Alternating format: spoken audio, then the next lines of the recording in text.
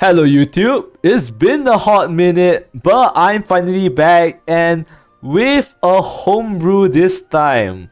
This is Tree Shadow. If you're wondering where I've gone, well, it took me like a good over half a month to figure out this format and actually start enjoying playing the format. And this is the list that I'm going to kickstart my return to video making. And it is, yeah, as I mentioned, Tree Shadow, and the idea is really simple. You kill last words, you get toss effect active, and then from that point on, every single follower you summon has last words due to the enemy leader. And those burn actually rack up really fast. And this deck turned out to be a lot better than I initially expected. Like, when I first made this deck, I was 100% certain I was just straight up going to lose with it. And in fact, I even just took it to unrank. But turns out no. Turns out card draw is really good. Turns out healing is really good in the form of these two cards. And it turns out Angelic Smite is a very funny tech card. Nicolas, Forbidden Strength, finishes the game quite often, and if that's not the case, well, Path to Purgatory from Hades, Father of Purgatory, also finishes the game if you're not already burning your opponent down to death with Toph's Leader effect. Some notable cards: Ginsetsu, very strong, accelerate 5/3 last words, and also just 3 ward followers. Guild, 1 mana, draw 2, super duper strong, and honorable mention, the best doggo, Knight of the Living Dog.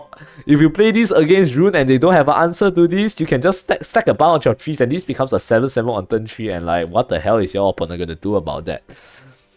So yeah, of course, another tech card I start running is Mummy Chef. I think it's better to just swap him out for another copy of Hades, but let's be honest, it doesn't really matter too much. This deck works perfectly fine the way it is. Well, perfectly fine for my standards. I won quite a lot with this deck and it felt very fun to play, so I highly recommend you give it a shot as well. So yes, here's the QR code, and if you're new to the channel, do leave a like, leave a subscribe, and if you use Twitch, you can check me out on twitch.tv/Zelx. Over there, I stream many other games, so if you're interested in following me there, do check me out over on Twitch. And without further ado, let's get right on to the gameplay. So starting off first with what is perhaps one of the best showcases I can ever give of this deck. So for this first game, I'll probably just give a quick rundown on my thought process when I made this deck and eventually how it played out. So look forward to it. So most of you wonder maybe why I'm running Angelic Smite in the first case, and this match is probably the best showcase of that. In fact, when I made this deck, I was like, what, 80% asleep? I was basically half dead at that point because I got home after a harsh day at work. And I just cobbled this together from absolutely nothing other than the pure fact and will that I want to play a shadow deck that's not Hades or Yokai. Well, I ended up running Hades anyways, but Hades is not the main win condition of this deck anymore. And it's with this realization I just queued into another Hades deck of another Hades deck. And this is when Angelic Smite actually shows its full potential, because for 4 play points, Angelic Smite banishes an enemy follower. What does this mean? When they get their PTP down, Path to Purgatory from their Hades, we say bye-bye. We send it to the Shadow Realm, and it will never see the light of day ever again. Until they play another Hades. If that's the case, then what can we do realistically? So as you can see, we took 2 damage, but that does not matter at all because we have Grudge Knight, which is a heal 2. But here I play Ginsetsu, 5 play point, 3 ward followers, and also 3 last word counts for Toph. And they did play Hades for a PTP, and guess what? As mentioned, we use Angelic Smite and Smite it. It's gone. It doesn't exist anymore. That's what happened. But obviously, my opponents being my opponents, they obviously have another Hades in their hand. And they played Lara alongside, so now they have a 0 play point Hades, and I believe they didn't play it because they were scared of me having another smite. They saw it once, they're not risking it again. Honestly, if it was me, I would have just played it straight away because look, if your opponent's gonna smite, that's not that. Look, what can you do about it anyways? Now, this play here may look strange for some of you. Maybe you don't understand quite what I'm doing. Trading here, not abusing the heal. My point here is to get exactly 10 last words to get Top's leader effect, and this is essential that you get Top's effect as soon as possible. The sooner you can get Top's effect, the faster your damage comes online. And if you didn't realize, this is where running one copy of Smite actually saved this, helped me win this game.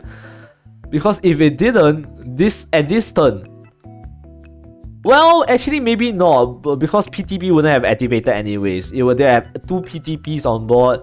I wouldn't have taken a single point of damage because of how the turn cycle works. But it would have been another path of purgatory that I would have to watch out for. But that doesn't matter as much right now. We see because of Toss effect, we can do so much damage. And here's our another hidden trump card, Nicola. Why did I run him and why did I evolve him here instead of Mino? Well, it's so I can get Nicola to at least 3 attacks, so when he returns back to my hand, he is a 4 play point follower. And because he's a 4 play point follower, he gives us Forbidden Arts. And Forbidden Arts is a 5 mana deal 10 Necromancy once you have Necromancy 20. And with Top's leader effect and some self-sacrificial cards, boom. That is game. That is game. In fact, I find this deck, I won so much with this that I'm actually surprised no one is actually, other than me, ran it. Actually one person ran it. And which is why I got the inspiration to make this deck, because I find that the idea so cool. And of course, with every one of my deck showcases, I have to include one Haven game. And I will kid you not, despite not seeing Haven a lot, Haven still somehow manages to piss me off in this format. Go figure. But of course, very good opener, especially with Desert Pathfinder. This is theoretically even better than, well, see what I mean? Haven still somehow managed to piss me off. I was about to say it's better than Revenant Ram, but doesn't matter anymore. They are equal if they both get banished anyways. But right, Haven in this format runs Heal Haven or Ward Haven, one of the two. They are usually they are basically usually the same deck. Either high end is Wilbur or Elena, and usually they have King Tut from Sphinx, and they do a lot of damage, and they are very annoying to deal with, which personally I don't really like facing, because Holy Bowman K also has a tendency to piss me off really bad. Go figure. But anyways, we will just casually continue our game plan of summoning trees, building up our last word so Toph can become active ASAP. Right now she's at 6. With this Revenant Ram dying, she will go to 7. In fact, although I'm a little bit worried here because of this Holy Lancer, which actually tells me they're actually playing Ward Haven. This is actually a Ward build. I'm wasting all these heals willy-nilly because I really want to like at least get my last words go out there. And I had to clear this out, otherwise they'll start buffing their Holy Cavaliers way too much for my liking. And yes, it's very obvious he will at least kill off this Grudge Knight. Actually, I think they killed off the Grudge Knight. If they didn't, they're dumb. Yeah, Order Lord. I could have taken 2 extra damage there, but they didn't. They messed that up, and this is actually very key. Because with Toph's effect, now every single card I play deals 2 damage to them. But because of Wilbert's effect, every single time I attack their Ward followers, I take 2 damage.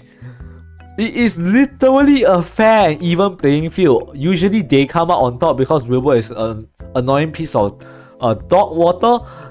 But we are also very annoying. Actually, they could just wall up and wait me out if that's their best case scenario. But we do have effect destruction, I do have banish, and that is exactly what I'm going to do here. I'm going to banish that Wilbur so I don't have to deal with the stupid Holy Cavaliers that's going to come down next turn. And with this Torv, I will actually trade out of here. You know, take the 2, but at least there's no more 2-3 on the board. And this Goddess of West Wing here is actually really, really good. It actually put 2 ward followers that I have to deal with. And it gives them 3 actually. And it's really hard for me to deal with. So I went for Lubel. Lubel is my go-to way to try to clear this board. And Lubel is actually really, really strong with Torv. Because they give you trees. The trees actually can pop now for 2 damage. She summons guys. These guys also get last word due 2 damage. And the guys are so good at clearing board as well. It's actually incredible.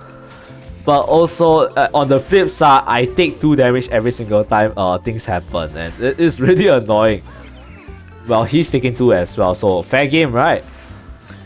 And somehow, I managed to get a incredibly smooth clear with some very lucky hits.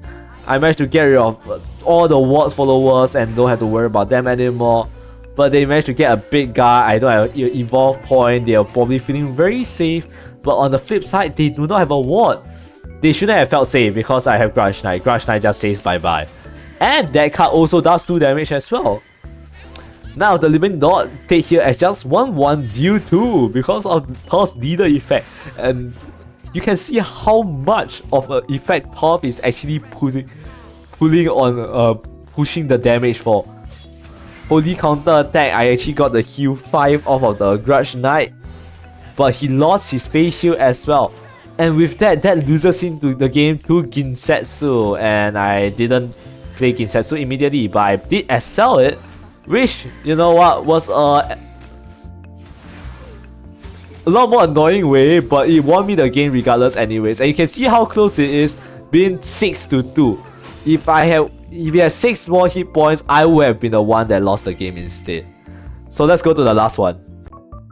And of course, with any deck, we need to answer the question like, how well does it match into one of the best decks in our format, Shikigami Rune? Well, I'll be honest with you, this one is really, really draw dependent.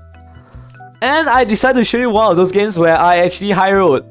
And if you can tell from my hand, you can probably guess where this is going.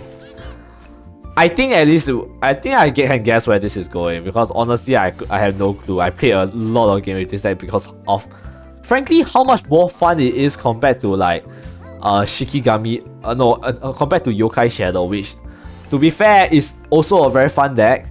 But not a very fun deck. I just enjoyed playing this rune a lot more. Played the 3. Honestly, I should have probably played the other Necromantic Eater as well, but I chose not to. Here he dropped Kyoka early. I think he was expecting that I don't kill it, but guess what? I did regardless anyways. So Nicola here evolved it so I can actually get his Forbidden Art spell, which could, as you've seen, could be a finisher as well. And I use it to get rid of the Kyoka because I don't feel like dealing with another Kyoka, frankly. And if he does have another Kyoka, well, he can deal with this Knight of the Living Dog. But turns out he didn't. Which begs the question as to why he played Kyoka the previous turn, because that Kyoka would have been really, really good this turn. But since he couldn't clear my dog, I have no questions. And apparently this actually ends up being game because he couldn't... Yeah, this dog just went face for another 9 damage. I have a Ginsetsu that has a ward. I have a Nicola that gave me a deal 4, which... Looking at his hit points, I think it's kind of dead. Of course, let's be perfectly real. He low rolled here. There's no way this happens in like a normal game. But I'll showcase another one after this game just so you can actually see how this goes up against actual Shikigami Rune. So you guys probably already know about Shikigami Rune. Best deck in the format. Spell boost Kuon, Kuon spell boost other Kuons or Storm. They go face, you take damage, you end up losing because you can raise them. But guess what? This deck can actually raise them, and it's also in a very satisfying way as well. Why do I say it that way? Well, first of all, you actually play cards. This deck does not skimp on board. Unlike my others, Hades list, right, which kind of abandons board for Shadow, this last words actually actively plays your board. Every single turn you're hoping to play a follower, every single turn you're hoping to get last words die, which maybe that's why I like last words as a concept so much, because it feels so good when your format is all centered around like just play in followers and those followers building up towards a bigger win condition. But yes, anyways, I assume that they are going to have a Kyoka here, which is usually what you should be assuming going into a rune matchup. And my decision here was maybe questionable, but hear me out. I evolved the dog so that maybe it can survive against a Kyoka. Like, if it's at 8 hit points, right, Kyoka does exactly 7. So he will need a 1 here. And not a lot of rune decks have a pink one, but they have magic missile. So my dream just went down the drain immediately. I was heartbroken. I was so heartbroken. Do you know that? Unfortunately, my gamble didn't pay off. But if that went off, right, that would have been like what, another 11 damage to their face. They couldn't even do anything to stop it. But they managed to stop it. Like, what can I say anymore? So I had to go with evolving our Revenant Rams. I pushed a bit of damage because, you know, that's how you're supposed to fight Shikigami. You keep pushing damage and so that you can eventually kill them before they cool on you. And surprisingly, they don't have cooldown despite... Oh, actually, they do have cooldown. Wow, who am I kidding? I thought they didn't have cooldown because they went all the way down to 1, but turns out they just had cooldown all the time. Honestly, they should have probably gone face. I could not judge at all. And I was also not at... My Toph was not active. So here, I actually took a very, very big gamble. I decided to activate Toph this turn. In exchange for 8 damage on board, I decided I want to activate Toph. Now it's now it's 10 damage. 10 damage excluding all the Shikigamis he can summon. 11 putting me down to 9 hit points. This is actually a very precarious spot because who knows what he has in his hand. But thankfully, I have Grudge Knight. Grudge Knight does incredibly well here because he not only clears a follower, he's also 5 healing, which I desperately need at this point. And he also gets an additional benefit of doing 2 to him. And that was such a good play because it actually saved my life. This turn, without this Grudge Knight, I would have definitely lost this match. Look at this. 3, 6, 7. That 5 heal was essential to me surviving. But that's not all. Actually, in fact, I won the game. Because of that 5 heal. I didn't lose, and Ginsetsu's Foxes does 6 damage because for each. This little guy has Rush. And finally, Mino finishing off with Guild's extra 2 damage burn for game. This deck is incredible. Do try it out. And yes, like and subscribe. See you next time.